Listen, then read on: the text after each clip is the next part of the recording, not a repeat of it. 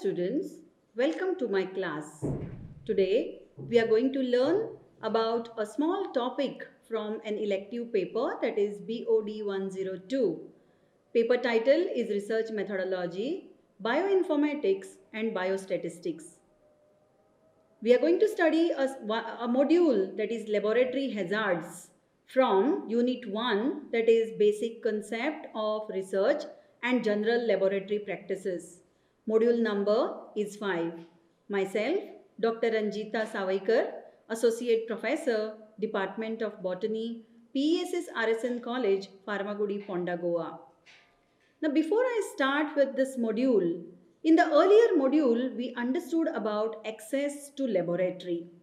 What are the do's and don'ts? How should we behave in the laboratory? How should we maintain the cleanliness in laboratory? What are the good practices that we are supposed to follow in laboratory? We understood about all these things. Now, in this module, the outline of my presentation comprises of introduction, causes of chemical hazards, and safety measures. After I complete this module, you will be able to describe examples of general laboratory hazards. You'll be able to explain about hazardous chemicals used in laboratory. You'll be able to cite the precautionary measures. Now, before I start, let me tell you the meaning of the word hazard and the meaning of the word safety. The word hazard refers to risk or danger, and the word safety refers to the condition of being protected from causing hurt. As researcher, when we are working in the laboratory, we have to maintain certain rules and regulations. As we are handling different types of chemicals, we are handling different types of organisms that might cause danger to the researcher or to the mankind. Safe working environment in a laboratory will always protect the researcher and his or her work.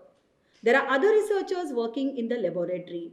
The safe working protects the other lab workers.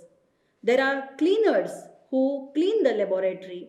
The safe working environment protects them as well. There are visitors. There are laboratory plants and animals. So the safe working environment protects all these.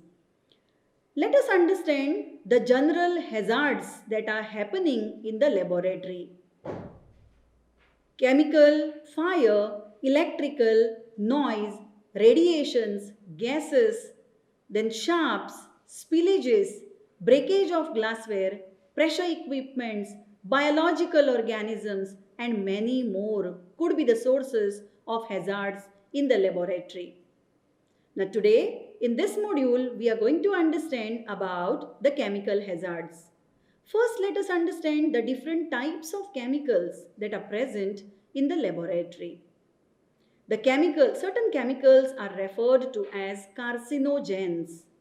These are cancer-causing chemicals. For example, chromic acid. There are some chemicals which are referred to as corrosives. These cause visible destruction or they damage to the skin. For example, hydrochloric acid. Some chemicals are referred to as hepatotoxins. These cause liver damage. Example, chloroform. Some of the chemicals are referred to as mutagens. They cause changes in the genetic material of the cells. Example, ethidium bromide. Some of the chemicals are referred to as nephrotoxins. They cause damage to the kidneys. Example, acetonitrile. Some chemicals are referred to as neurotoxins. These are harmful to the nervous system. Example, acrylamide. Some are referred to as teratogens. These affect the development of an embryo or fetus. For example, formaldehyde. Now, how these chemicals are causing hazards? When the researcher is working in the research lab, the researcher is exposed to the chemicals either because of inhalation. There are fumes which are generated when you are carrying out the experiments. Then you have to you come in contact with different types of chemicals. Because of needle pricks or through open skin, the chemicals might harm the researcher while working in the laboratory. Let us see the storage of hazardous chemicals in the laboratory. Chemicals must be stored at an appropriate temperature and humidity level. The chemicals must not be stored near the heat sources like ovens. The fume hoods must be used to store some of the hazardous chemicals. In this image, you can see how the hazardous chemicals are stored at different places in the laboratory. Let's understand about the spillages. Hazardous chemicals and concentrated acids must be handled very carefully when the experimentation is going on. There are different signs on the bottles. These signs on the bottles must be checked before using such chemicals. If at all there is a spillage, the spillages must be cleared promptly. Non-flammable detergents must be used for cleaning spillage area. While working in the lab, the researchers are supposed to check the labels that are there on the bottles. Every container of chemicals is labeled by the manufacturer. The label will tell the name of the chemical, name, address, and emergency phone number of the manufacturer. There are always signs on the label. Precautionary measures are also mentioned. The first aid instructions are given on the labels, and the instructions regarding proper handling and storage are also mentioned on these labels.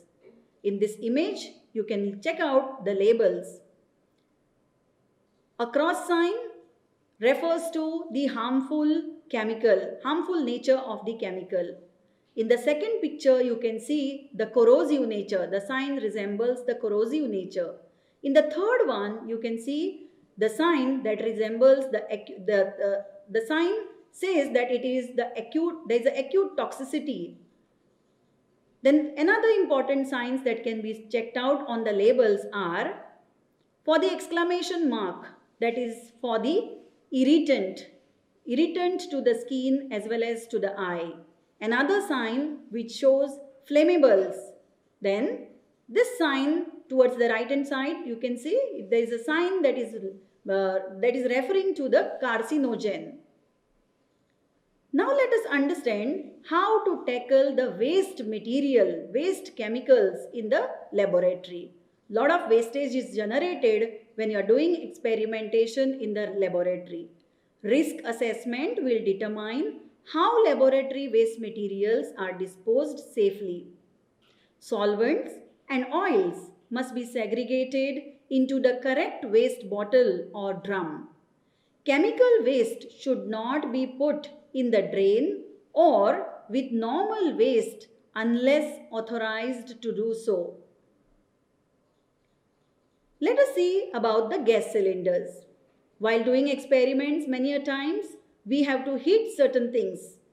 So we are making use of the gas cylinders. A researcher must never use or connect a gas cylinder without a formal training. There should be minimum number of cylinders in the laboratory. Cylinders must be stored externally and they should be chained. The researcher must make use of a trolley to move the cylinder from one place to another. Researcher must inform to laboratory staff in case cylinder leaks.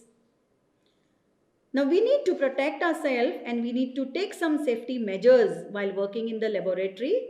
So all laboratory workers should undergo simple first aid training. Researchers should use protective clothing, gloves, rubber shoes, face shields.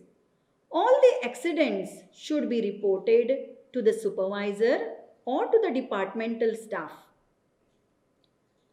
These are some of the reference books and the web links. for your additional reading. Thank you.